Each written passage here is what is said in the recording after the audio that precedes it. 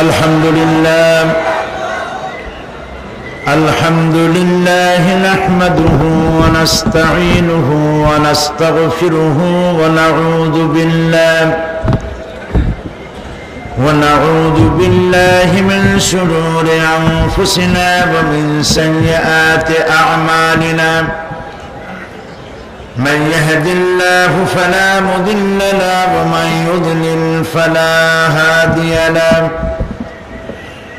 ونشهد أن لا إله إلا الله وحده لا شريك له ونشهد أن سيدنا وحبيبنا ومولانا محمدا عبده ورسوله الذي أرسله بالحق بشيرا ونذيرا وداعيا إلى الله بإذنه وسراجا منيرا فقد قال الله تعالى في كلامه المجيد وفرقانه الحميد أعوذ بالله من الشيطان الرجيم بسم الله الرحمن الرحيم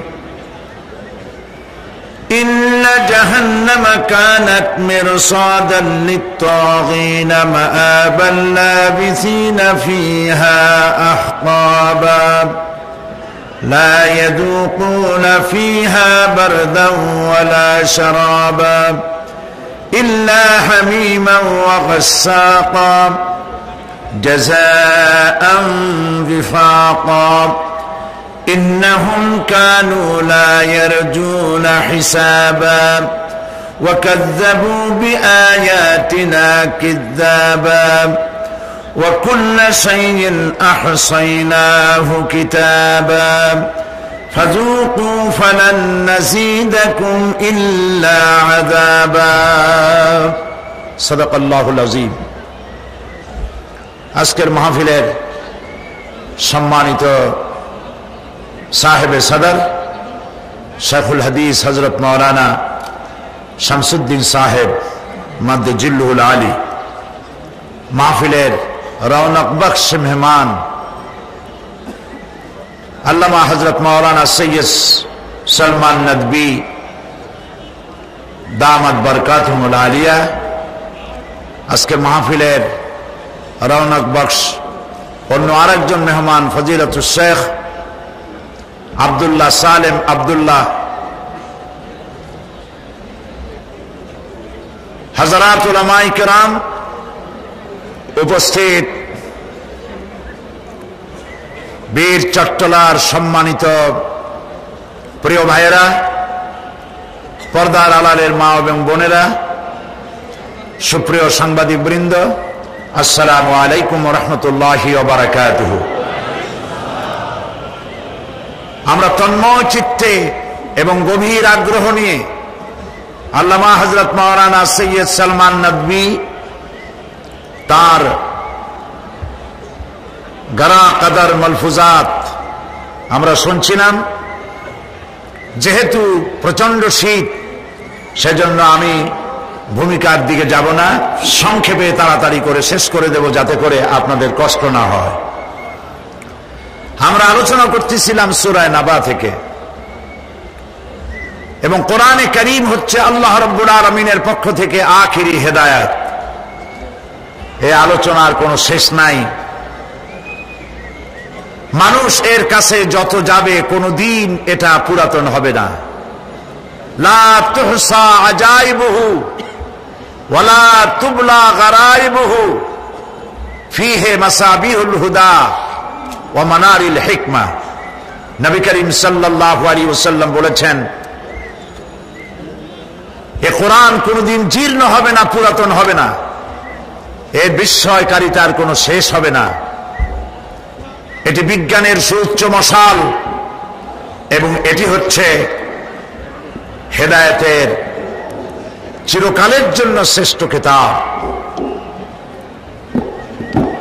ওই সমস্ত মানুষরাই ভাগ্যবান যারা কোরআনে কারীম থেকে কোরআনে কারীম বুঝতে পারে এবং এর থেকে হেদায়েত গ্রহণ করতে পারে। আল্লাহ পাক আমাদেরকে কোরআন বোঝার তৌফিক এনায়েত করুন। আমরা সবাই বলি আমিন। আমরা সূরা নাবার আলোচনা করতেছিলাম এবং যে পর্যন্ত শেষ করেছিলাম গতকাল, তারপরের থেকে আলোচনা করা হচ্ছে। জাহান্নামের এই বিশ্ব পরিস্থিতির একটি পরিসমাপ্তি ঘটে যাবে। বিশ্ব পরিস্থিতির পরিসমাপ্তির পর কিয়ামত অনুষ্ঠিত হবে। সেই কিয়ামতের দিন দুটি ভাগ হবে, এক ভাগ যাবে জাহান্নামে আর এক ভাগ যাবে জান্নাতে। এখন এই জাহান্নামটা কি ধরনের হবে সে সম্পর্কে কোরআন বলছে, ইন্না জাহান্নামা কানাত মিরসাদা। জাহান্নাম হচ্ছে একটি ঘাঁটি বিশেষ, লিত্তাগিনা মাআবা, যা হবে বিদ্রোহীদের আবাসস্থল, লাবিথিনা ফিহা আহকাবা, যার ভেতরে মানুষেরা জাহান্নামীরা যুগের পর যুগ অবস্থান করবে। লা ইয়াযুকুনা ফিহা বারদান ওয়ালা শারাবা, এবং সেখানে কোনো ঠান্ডা বা কোনো পানীয়, সুপেয় কোনো পানীয় তাদের কিসমতে হবে না। ইল্লা হামিমা ওয়া গাসসাকা, সেখানে পান করার জন্য তারা পাবে উত্তপ্ত টকবগে গরম পানি আর ক্ষতের ক্ষরণ পুঁজ রক্ত। নাউযু বিল্লাহি মিন যালিক। জাযাআন ওয়িফাকা, এটি হচ্ছে তাদের কৃত কর্মের পূর্ণ ফল। ইন্নাহুম কানু লা ইয়ারজুনা হিসাবা, কারণ ছিল তারা হিসাবের কোনো হিসাব নিকাশের আশা করত না। ওয়াকাযযাবু বিআয়াতিনা কিযাবা, আর তারা আমার আয়াতগুলিকে মিথ্যা মনে করে প্রত্যাখ্যান করেছিল। ওয়া কুল্লা শাইইন আহসাইনাহু কিতাবা, আর আমি গুনে গুনে তাদের সমস্ত আমলগুলি লিপিবদ্ধ করে রেখেছিলাম। ফাযুকু ফালান নাযীদাকুম ইল্লা আযাবা, এখন বুঝো মজা, এখন তোমাদেরকে আযাব ছাড়া আর কিছুই বাড়ানো হবে না।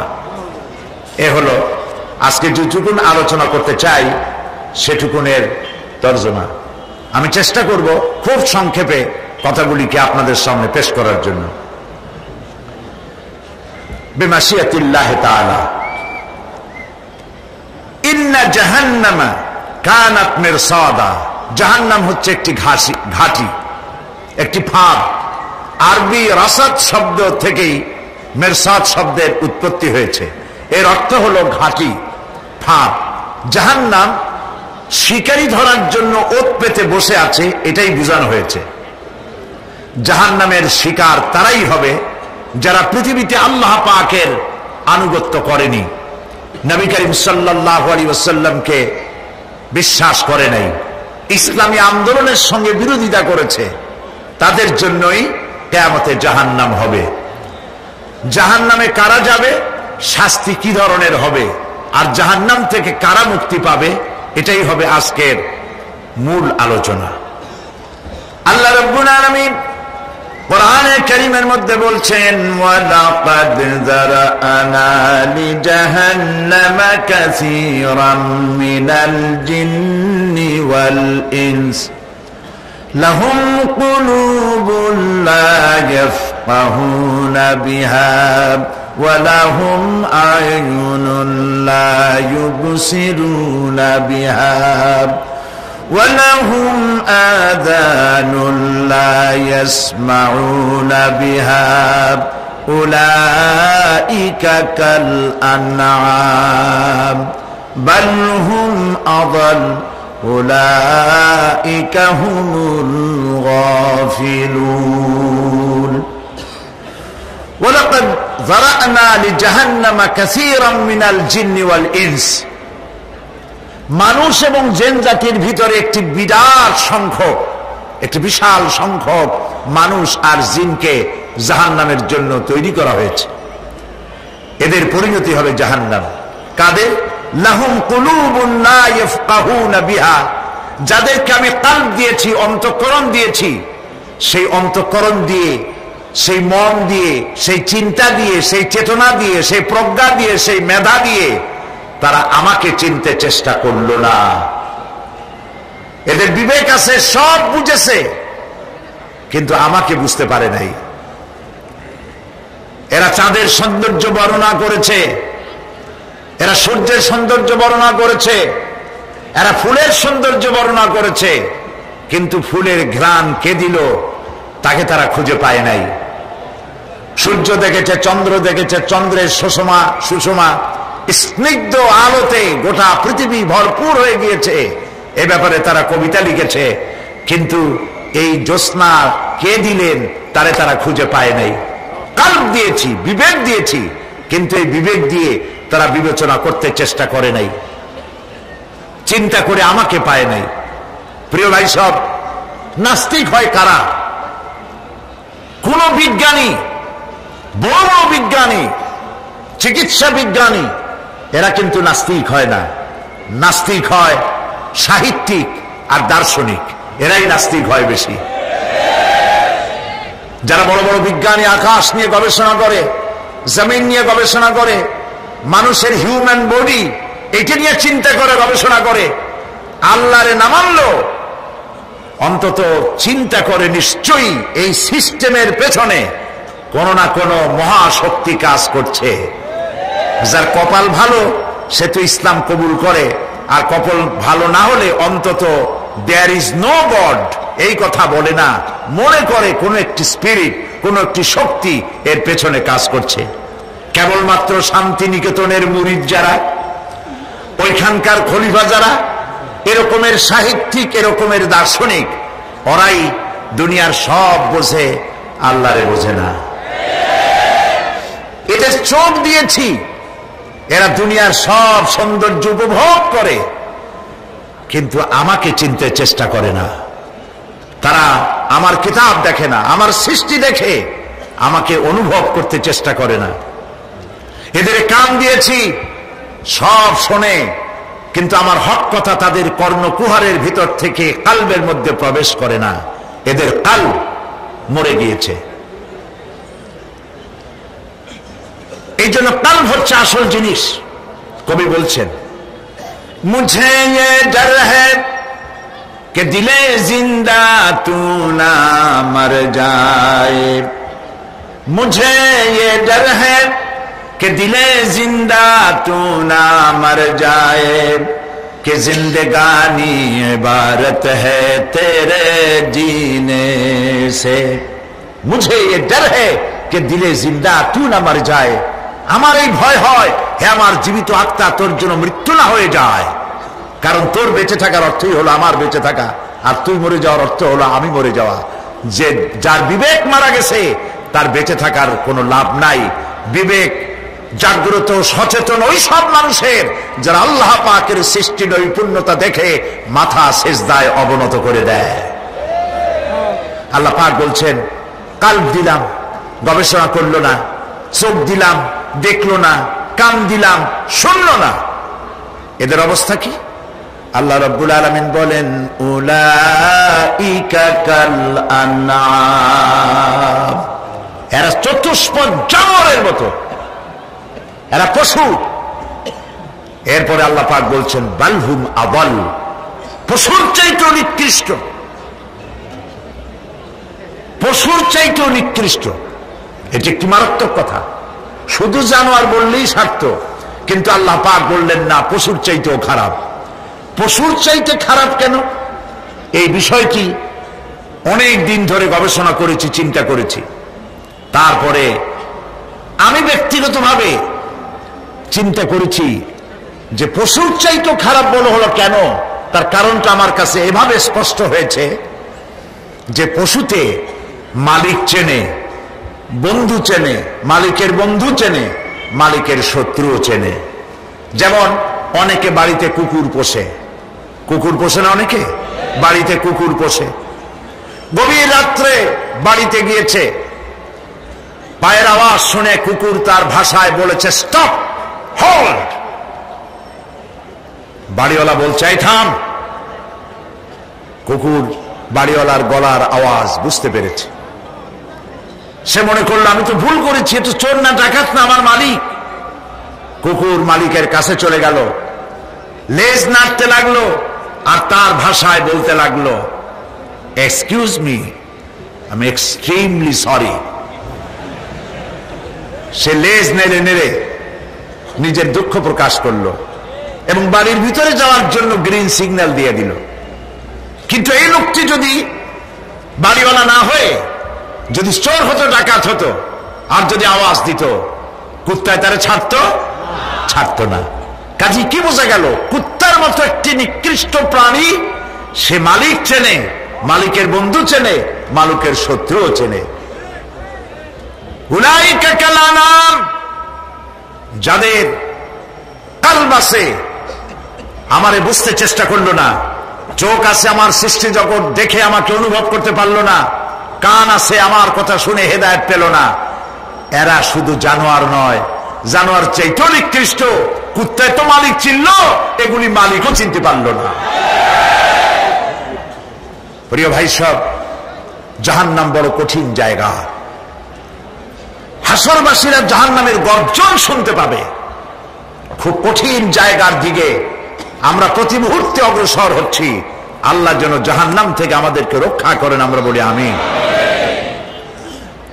কিয়ামতের ময়দানে জাহান্নামের গর্জন হাসরবাসীরা শুনতে পাবে। আল্লাহ রাব্বুল আলামিন বলেন, ইযা উলকু ফিহা সামিউ লাহা শাহীকান ওয়া হিয়া তাফুর। যখন জাহান্নাম গর্জন করতে থাকবে, জাহান্নামের প্রচন্ড গর্জন, তাকাদু তামাইয়াজু মিনাল গায়ব, মনে হবে যেন জাহান্নাম গোসায় ফেটে পড়তে চাইছে। কুল্লামা উলকিয়া ফিহা ফাওজুন সাআলাহুম খাজানাতুহা আলাম ইয়াতিকুম নাযীর। যখন কোন দলকে জাহান্নামের কাছে নিয়ে যাওয়া হবে, জাহান্নামের দ্বার রক্ষী বলবে, কেন জাহান্নামে আসলি?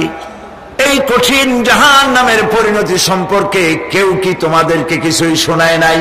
কোন সতর্ককারী কি তোমাদের কাছে আসে নাই? জাহান্নামীরা বলবে, ক্বালু বালা ক্বাদ জাআনা নাযীর, হ্যাঁ আমাদের কাছে সতর্ককারী এসেছিল। ফাকাযযাবনা ওয়া কুলনা মা নাযালাল্লাহু মিন শাই।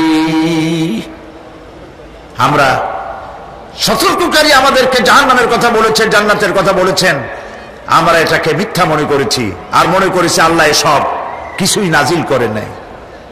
জাহান্নামীরা আফসোস করে বলবে, ওয়াকালু লাউ কুন্না নাসমাউ আও নাআকিলু মা কুন্না ফি আসহাবিস সাঈর।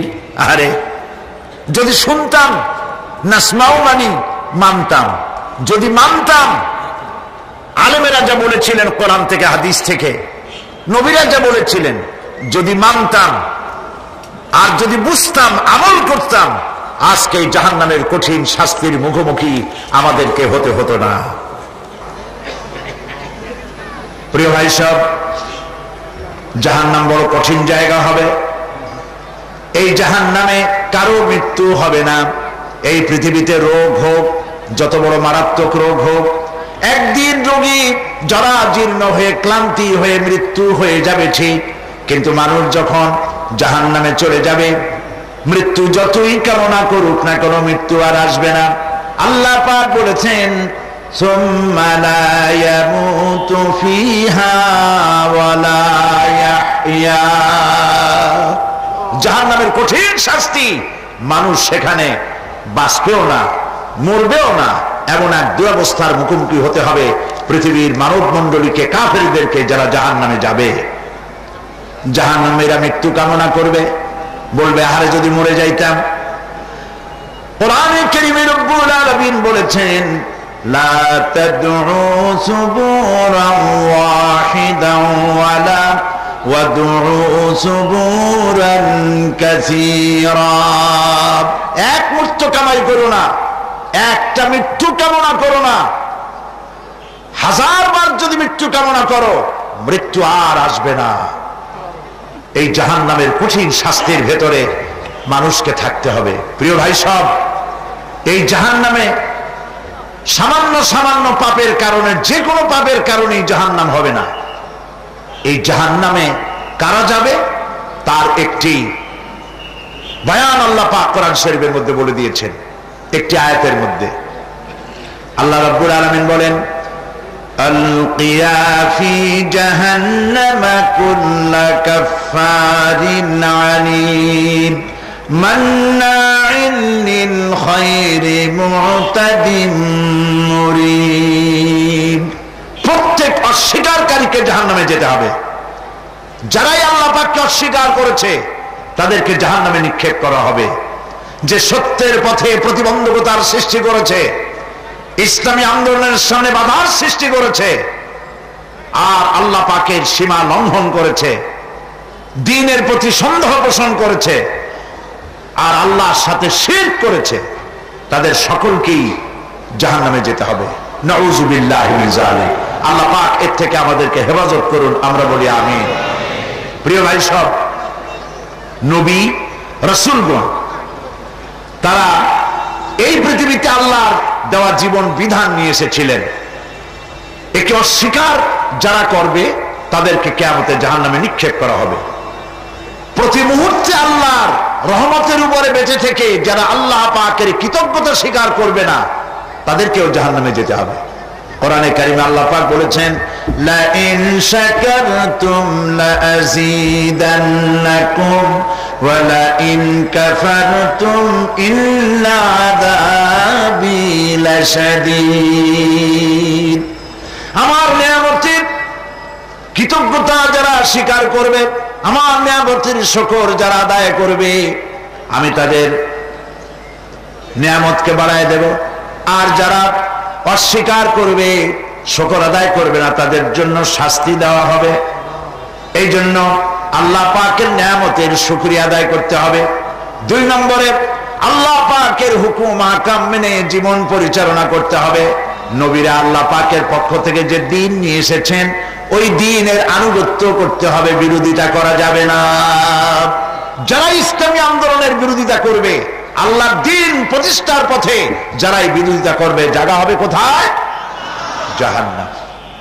এই ক্ষেত্রে আমার দেশের একটি বিরাট অংশের একটি জনসংখ্যা তারা ইসলামের ভিতরে যে রাজনীতি আছে এটা বিশ্বাস করতে চায় না। ইসলাম একটি পূর্ণাঙ্গ জীবন বিধান, যারা এটা মানতে চায় না আপনারা জানেন তারা হচ্ছে ধর্মনিরপেক্ষ মতবাদের লোক, সেকুলারিজমের লোক। আর এনসাইক্লোপিডিয়া ব্রিটানিকা এবং অক্সফোর্ড ডিকশনারি, পৃথিবীর নাম করা ডিকশনারিগুলি, নাম করা বিশ্বকোষগুলি সেকুলারিজমের অর্থ করেছে ধর্মহীনতা, ধর্ম বিরোধিতা, ধর্ম বিদ্বেষ। 7ম সংসদে তদানীন্তন প্রধানমন্ত্রীর সামনেই আমি এই বিষয়টির উপরে আলোচনা করেছিলাম যে ধর্মনিরপেক্ষ মতবাদ একটি কুহুরি মতবাদ। এই মতের সাথে মুসলমানদের কোনো সম্পর্ক হতে পারে না।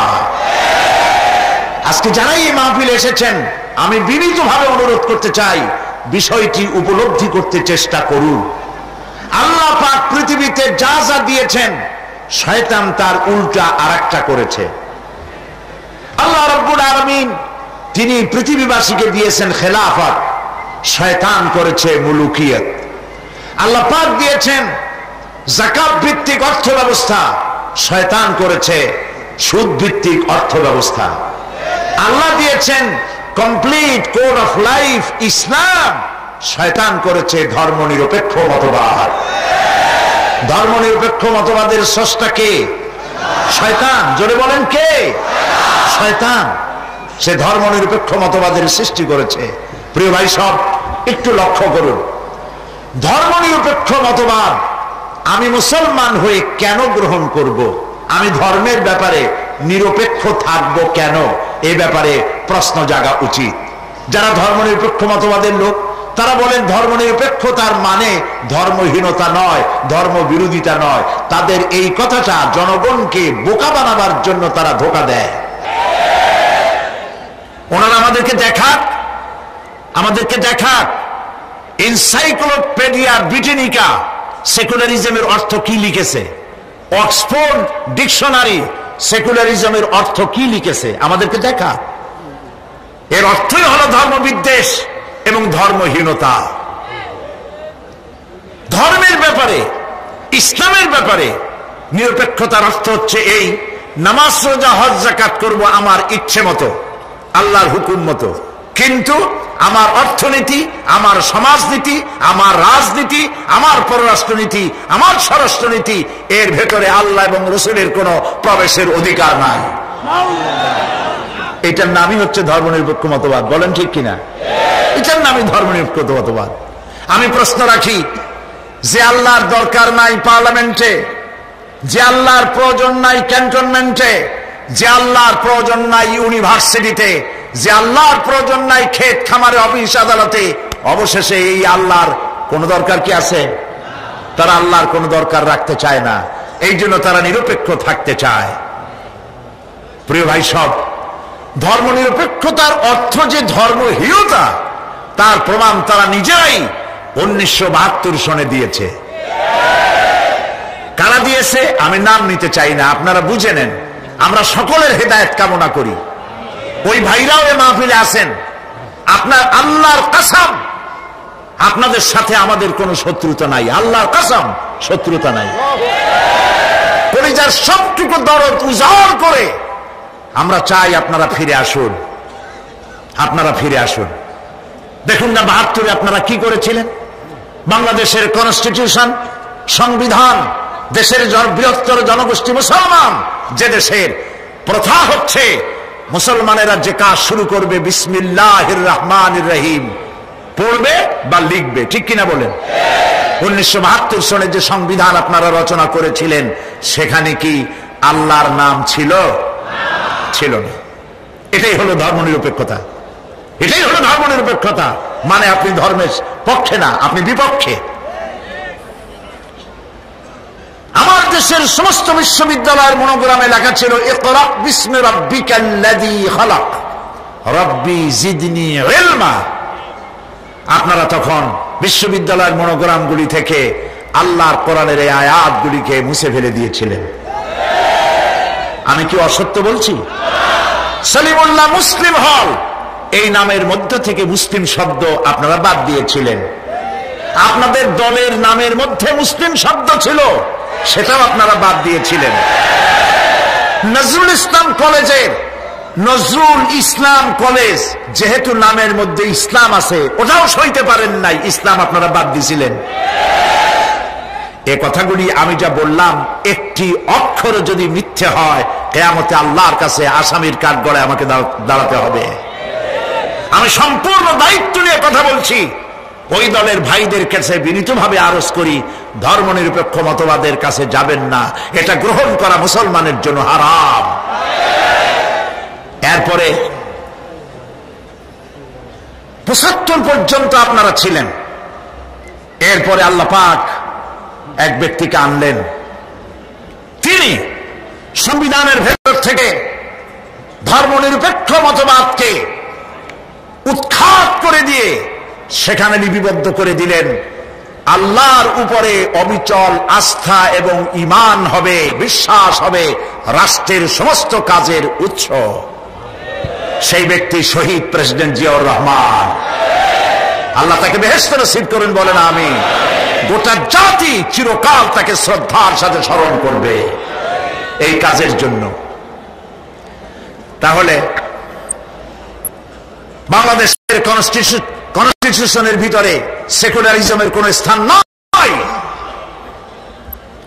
75 থেকে 96 পর্যন্ত 21 বছর ক্ষমতায় আপনারা ছিলেন না, কিন্তু আবার যখন ক্ষমতায় এলেন, ওই ধর্মনিরপেক্ষ হওয়ার কারণেই আবার ধর্মের সাথে বিরোধিতা আপনাদের নেতারা করেছে, আপনারা করেন নাই। যারা এই দলকে ভালোবাসেন মোহব্বত দিয়ে বলছি, আপনাদের দোষ না, দোষ নেতাদের।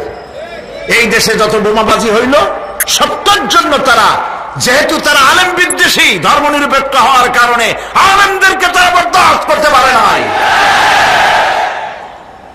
শাইখুল হাদিসের মতো একজন প্রবীণ আলেম,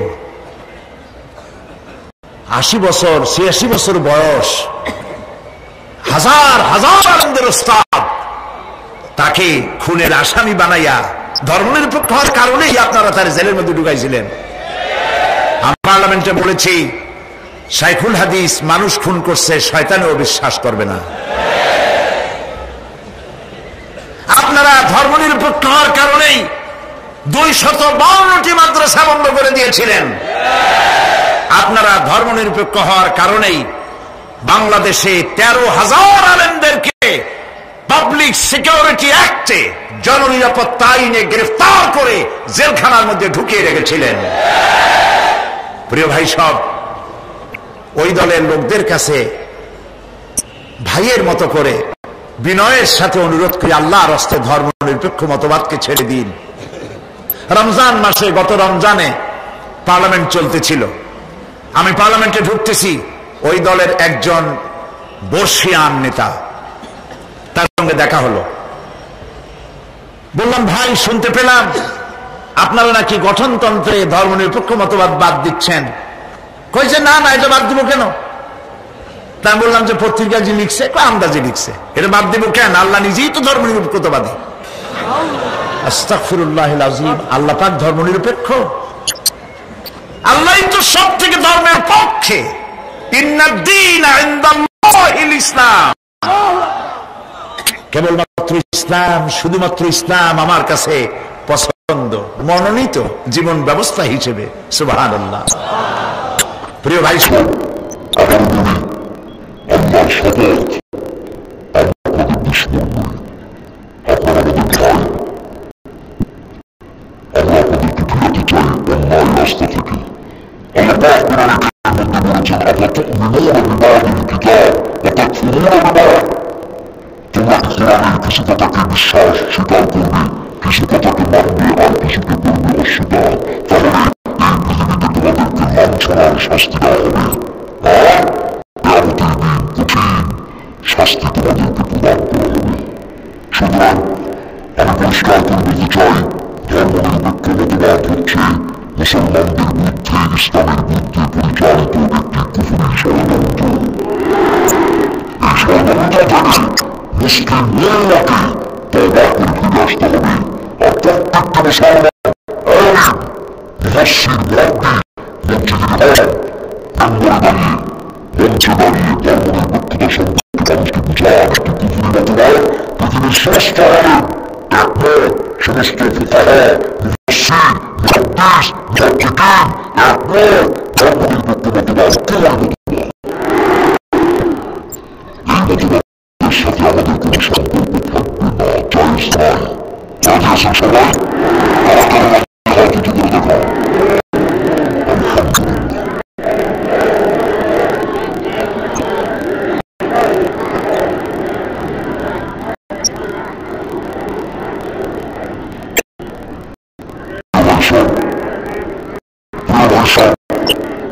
আমরা মানুষকে কোরআনের কথা শোনাই, এই কথার ভিতরে কোন রকমের বক্তব্য নাই, এই কথার ভিতরে কোনো বৈপরীত্য নাই। যা বললাম কোরআন পড়ে যা বুঝেছি সেটাই বলেছি। আল্লাহ পাক আমাদেরকে আমরা বলি আমিন।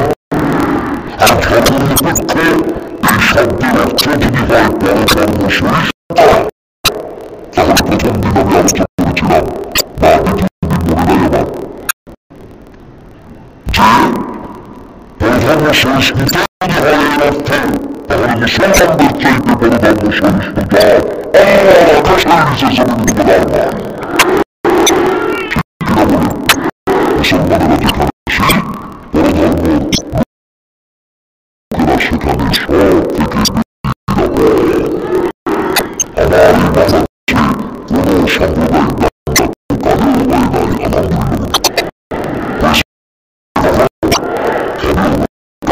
মুসলমান আমরা কি আল্লাহ বলছেন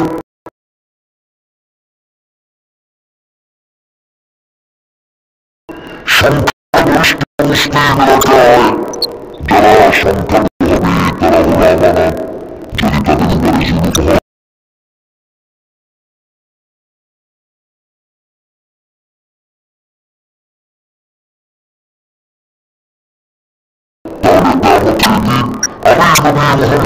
জুলুম হয় সংখ্যালঘুদের পক্ষ সমর্থক সংখ্যাগরিষ্ঠ মুসলমানদের বিরুদ্ধে আল্লাহর তরফে মামলা পৃথিবীর মুসলমানরাই সব থেকে বড় শ্রেষ্ঠ জাত। সুতরাং আপনি মুসলমান ধর্ম নিরপেক্ষ মতবাদী কোনো প্রয়োজন নয়। ইসলাম মানুন, ইসলাম সব আছে। ইসলামের সাথে মিউজিক লাগানোর কোনো দরকার নাই। ইহুদিকে আপনারা কে দিল? এবার নতুন করে লাগাইছে ধর্মনিরপেক্ষতাবাদ, সাথে আবার অসাম্প্রদায়িক ক্যান্সার রোগীর মুখে মেকআপ করাইয়া করলাম।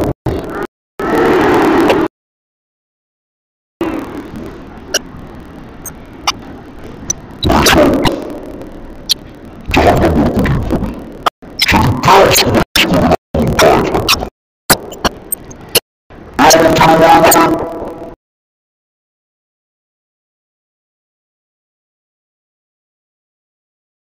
এমন কেন মনে করেন ছেড়ে দেওয়া হবে জাহান্নামীদের আমল নামা